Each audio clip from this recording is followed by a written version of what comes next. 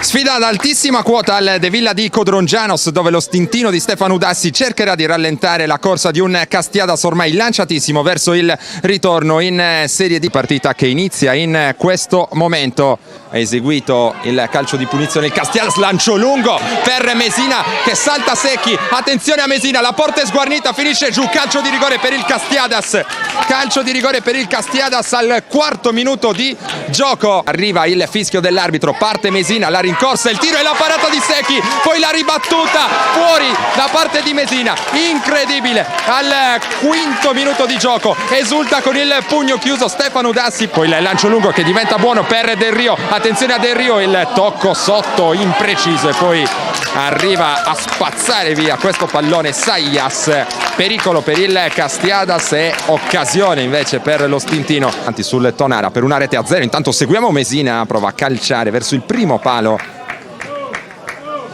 Pallone fuori, in ogni caso Secchi aveva coperto bene.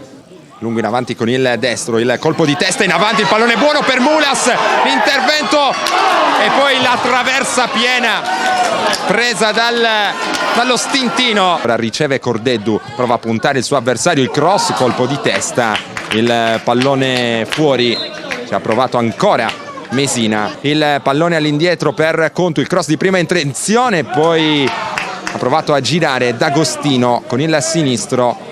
Impatto con il piattone, ancora Cordeddu a battere questo calcio di punizione. Figos mette giù con il petto, calcia con il sinistro, svirgola però questo pallone, va a caccia della sfera Porru, vuole andare per vie centrali, c'è l'inserimento di Gianni, prova a calciare dalla distanza con il sinistro. Ora Saias in difficoltà, finisce giù Del Rio, arriva il cartellino rosso per il difensore del Castiadas.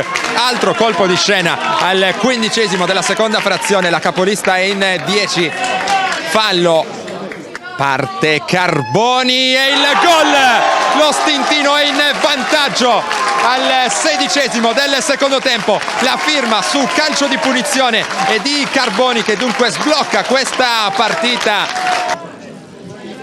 Cross morbido di testa Mesina, il gol del Castiadas e che gol per il bomber Mesina, ha girato di testa con una torsione perfetta battendo Secchi sul secondo palo, cambia ancora il risultato al Comunale De Villa di Codrongianos. Il Castiadas trova il pari, 17° gol stagionale per Mesina. Il lancio lungo per Sias, stoppa bene con il petto, attenzione a Sias, il pallone sul sinistro e poi la sfera fuori di un soffio, occasionissima stintino al 26° del secondo tempo e finisce qui allora 1-1, pari e patta al Comunale De Villa di Codrongianos tra stintino e Castiadas.